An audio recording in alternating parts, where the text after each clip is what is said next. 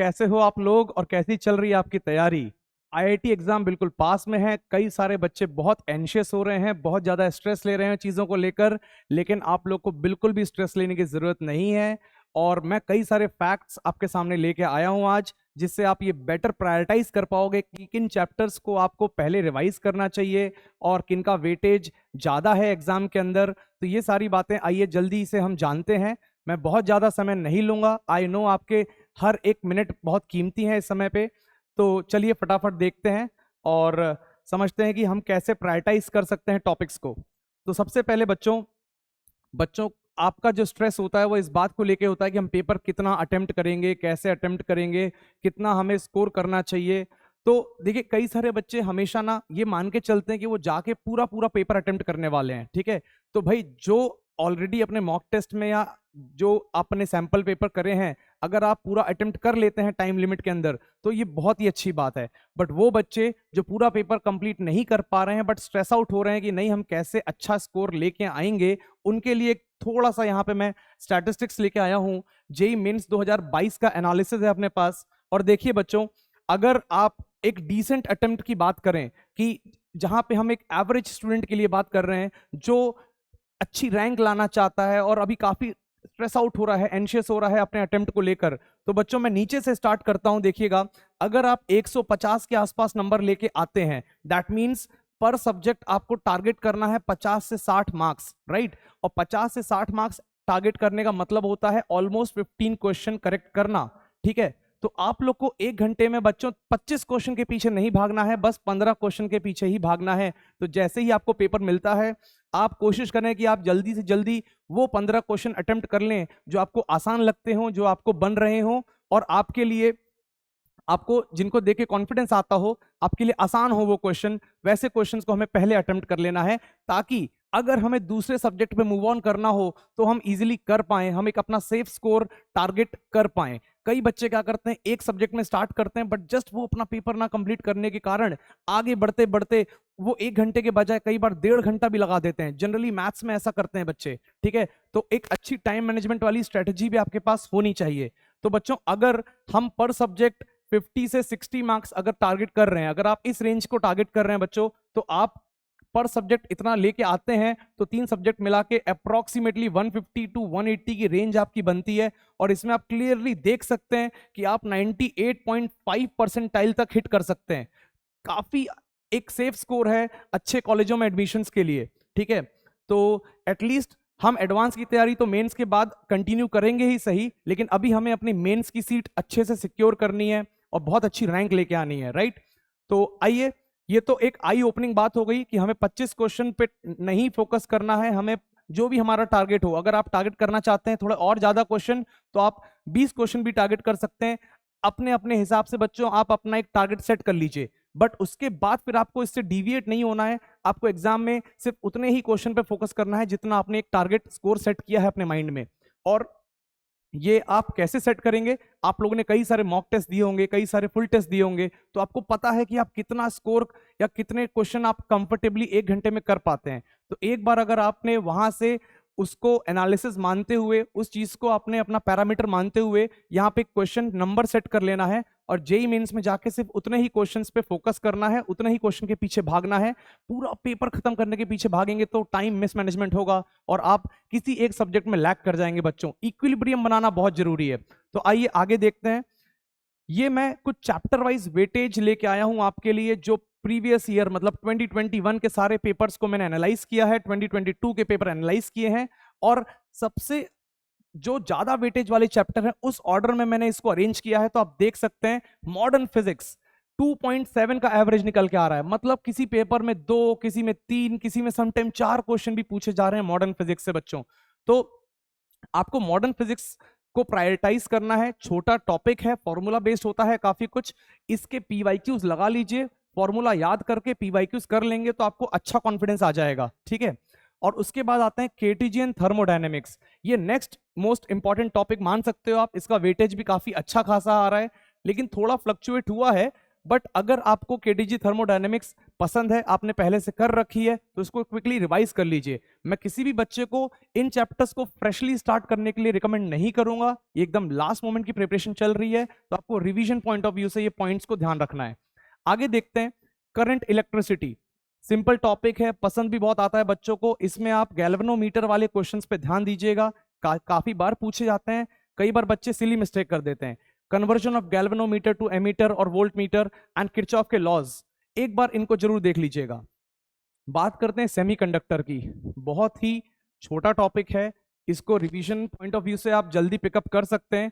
और प्रोबेबली मेरे ख्याल से अगर आपने थोड़ा सा पहले से इसको पढ़ रखा है तो ये 3 to 4 आवर्स में पूरा रिवाइज हो जाता है। ठीक है, 3 to 4 आवर्स में आप इसको पूरा पूरा रिवाइज कर सकते हैं। लॉजिक गेट्स को समझ लीजिए अच्छे से, and current gain, voltage gain, power gain, ये जो इस टाइप के सवाल आप देखोगे पीवाईक्यूज में पूछे गए हैं, एक बार आप पीवाईक्यूज को स्कैन भी करें और इन क्वेश्चंस को गो थ्रू करके अपने आप को कॉन्फिडेंट फील करवा सकते हैं इस टॉपिक में।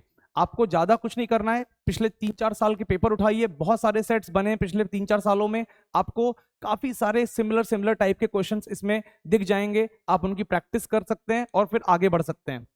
Units, dimension, errors and vectors. Vectors को मैं ज्यादा यहाँ पे इंपॉर्टेंस नहीं दूंगा, बट दिस एरर पार्ट आप एरर्स को जरूर करके जाइए।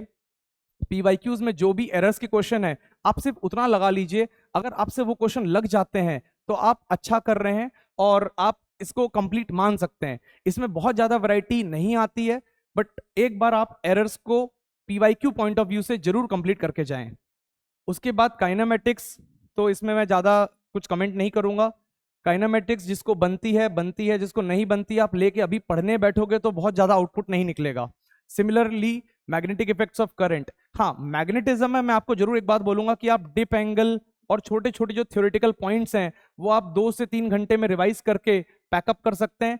जो ये छोटे रिवीजन टॉपिक्स हैं इनको ना हमेशा 2 से 3 घंटे में कवर करने के बाद आप पीवाईक्यू से रिइंफोर्स जरूर करें। एक बार अगर आप 3-4 घंटे पढ़ने के बाद पीवाईक्यूज देख लेते हैं, उनको सॉल्व कर लेते हैं, तो अलग ही लेवल का एक कॉन्फिडेंस आपको मिलेगा। आगे आते हैं, फिर यहाँ पे धीरे धीरे वेटेज कम होता जा रहा है, तो इधर कुछ बहुत ज्यादा नहीं है इंपॉर्टेंट बताने के लिए, बट मैंने आपके लिए एक लिस्ट तैयार करी है प्रायोरिटी वाइज। ठीक है, तो इस लिस्ट के ऊपर थोड़ा सा अपन चर्चा करेंगे, हर एक चैप्टर वाइज चर्चा करेंगे यहाँ पे। तो जैसे मॉडर्न फिजिक्स का मैंने आपको बता दिया, करंट इलेक्ट्रिसिटी मैंने बता दिया, सेमीकंडक्टर मैंने बता दिया। बात करते हैं इलेक्ट्रोस्टैटिक्स की। अगर आपने इलेक्ट्रोस्टैटिक्स पढ़ रखी है, थोड़ा लेंथ वाइज बड़ा टॉपिक है, बट एक बार अगर आपको समझ में आता है तो इसको रिवाइज करना काफी आसान होता है। फॉर्मेट ऑफ क्वेश्चंस थोड़ा वेरी कर सकते हैं, बट इतने टफ क्वेश्चन इस पे से आते नहीं हैं।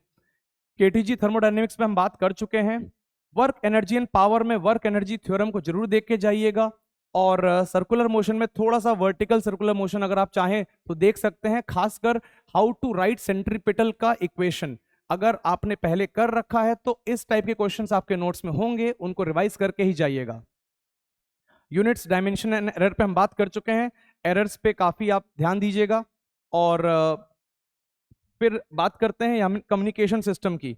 तो बच्चों कम्युनिकेशन सिस्टम एक ऐसा चैप्टर है कि बहुत छोटा सा चैप्टर है, 3 घंटे में आप पूरा इसको पढ़ के खत्म कर सकते हो। अगर आपने अभी तक नहीं पढ़ा है तो ये वन ऑफ दोस चैप्टर है जिसको आप अभी भी कवर कर सकते हो। कवर करने कैसे कवर करना है, तो आपको इसके पीवाईक्यूज देखने हैं, इसको सेगमेंट करना है। इसमें 3 से 4 टाइप के फिक्स्ड फॉर्मेट के सवाल बनते हैं। इन सवालों को आपको समझ लेना है, अंडरस्टैंड कर लेना है, और उन सवाल के इर्द गिर्द की थ्योरी आपको पढ़ लेनी है। अगर आप इतना कर लेते हो तो इससे एक क्वेश्चन तो श्योर शॉट आएगा, वो आप पक्का ही सही करके आने वाले हो। उसके बाद आगे बात करें तो ईएम वेव्स भी सिमिलर टाइप का चैप्टर है। आप इसको 2 से 3 घंटे में पूरा कवर कर सकते हो, ज्यादा आपको इसमें एफर्ट नहीं डालने हैं। पीवाईक्यू को अपना रेफरेंस बनाना है। 3 से 4 टाइप के जो सवाल आए हैं पिछले 5-6 सालों में उनको इकट्ठा करिए, उनको अलाइन करिए, क्या क्या थ्योरी पूछी गई है। बस उतनी ही थ्योरी अगर आप पढ़ के चले जाते हो तो आप इसमें पक्का स्कोर कर लोगे। एक क्वेश्चन इधर से पक्का आने वाला है, एक क्वेश्चन इधर से पक्का आने वाला है, आप मान के चलो हर साल ही आ रहा है। Trend speaks like that. अब प्रायोरिटी 2 में आप देखो तो प्रायोरिटी 2 में आप मैग्नेटिज्म को थोड़ा फोकस कर सकते हैं। मैग्नेटिक इफेक्ट्स ऑफ करंट है, काइनेमेटिक्स के बारे में हम बात कर चुके हैं। कैपेसिटर, बच्चों अगर आपने पहले पढ़ रखा है तो ठीक है, नहीं पढ़ रखा है तो बहुत ज्यादा लोड लेने की जरूरत नहीं कैपेसिटर के लिए। तो आप कुछ टॉपिक्स पे सिलेक्टिव भी हो सकते हो। अगर आपके पास इतना सफिशिएंट टाइम नहीं है तो आप प्रायोरिटी 1 को तो पूरा पूरा कवर करें, प्रायोरिटी 2 में थोड़ा बहुत आप स्किप कर सकते हैं, और प्रायोरिटी 2 में 3 में आप थोड़ा ज्यादा भी स्किप करके चल सकते हैं। लेकिन अब जैसे ग्रेविटेशन है, अगर आपने इलेक्ट्रोस्टैटिक्स कर रखा है तो आपका ग्रेविटेशन भी ऑलमोस्ट सिमिलर चैप्टर है, बट यहाँ पे आपको एक बात का ध्यान रखना है, केपलर्स के लॉ। तो केपलर्स के लॉ जरूर करके जाइएगा, बहुत छोटा सा टॉपिक है, आप आधे से 1 घंटे में केपलर के लॉ पढ़ सकते हैं बच्चों, तो केपलर लॉ जरूर कर लीजिएगा। फिर इसमें लॉज ऑफ मोशन में आप ज्यादा कुछ नया नहीं कर सकते, अगर आपने नहीं पहले से पढ़ाई करी है लॉज ऑफ मोशन की, अगर आपका स्ट्रॉन्ग पॉइंट नहीं रहा है ये, तो इस पे समय बिल्कुल मत बर्बाद कीजिएगा। बहुत ही प्रैक्टिस बेस्ड टॉपिक है, थ्योरी बहुत कम है। अगर आपकी रेगुलर प्रैक्टिस रही है लॉज ऑफ मोशन को लेकर तो आप बिल्कुल इसको रिवाइज एक बार देख सकते हैं, कुछ क्वेश्चंस ट्राई कर सकते हैं पीवाईक्यू से, बट अगर आपने नहीं कर रखा है तो इसको आप स्किप करके चल सकते हैं। फिर यहाँ पे इंस्ट्रूमेंट्स काफी इंपॉर्टेंट हैं, ठीक है, ऑप्टिकल इंस्ट्रूमेंट्स हैं, और इंस्ट्रूमेंट्स भी जो हैं फिजिक्स में, जैसे vernier callipers and screw gauge, इनको जरूर करके जाइएगा। इनको आप 1 घंटे 2 घंटे में सारे एक साथ आप रिवाइज कर सकते हैं, और इंस्ट्रूमेंट्स आप करेंगे तो उसमें कहीं ना कहीं 1 या 2 क्वेश्चन मैक्स टू मैक्स फंसने का संभावना रहता है, तो ये आप बिल्कुल करके जा सकते हो। फिर कमिंग टू प्रायोरिटी 3, अगर किसी का ये पूरा पूरा कंप्लीट है तो मैं उम्मीद करता हूं कि आपका थर्ड प्रायोरिटी में भी सारी चीजें कंप्लीट होगी, बट इसमें आप फ्लूइड को और प्रॉपर्टीज ऑफ सॉलिड को थोड़ा सा इंपॉर्टेंस दे सकते हो as compare to other topics. इसके अंदर centre of mass and collision मैंने बहुत कम प्रायोरिटी पे रखा है, क्योंकि इसमें से सवाल कम आ रहे हैं, लेकिन काफी बड़ा टॉपिक है to revise and to get confidence with, ठीक है। तो इस हिसाब से मैंने ये 3 प्रायोरिटी लिस्ट बनाई है, आप एक बार इनको अच्छे से देख सकते हो, और आप ये नोट कर सकते हो कि प्रायोरिटी 1 एंड प्रायोरिटी 2 ऑलमोस्ट 80 से 85% ऑफ वेटेज रखते हैं मेंस के एग्जाम में। तो quickly take a snap of this list and accordingly अपनी रिवीजन को स्ट्रेटेजाइज करो, और बहुत ही आराम से बिना टेंशन के बचे हुए दिनों में आप अपने रिवीजन को कंप्लीट करो without any stress. Go and rock JEE mains 2023। Thank you.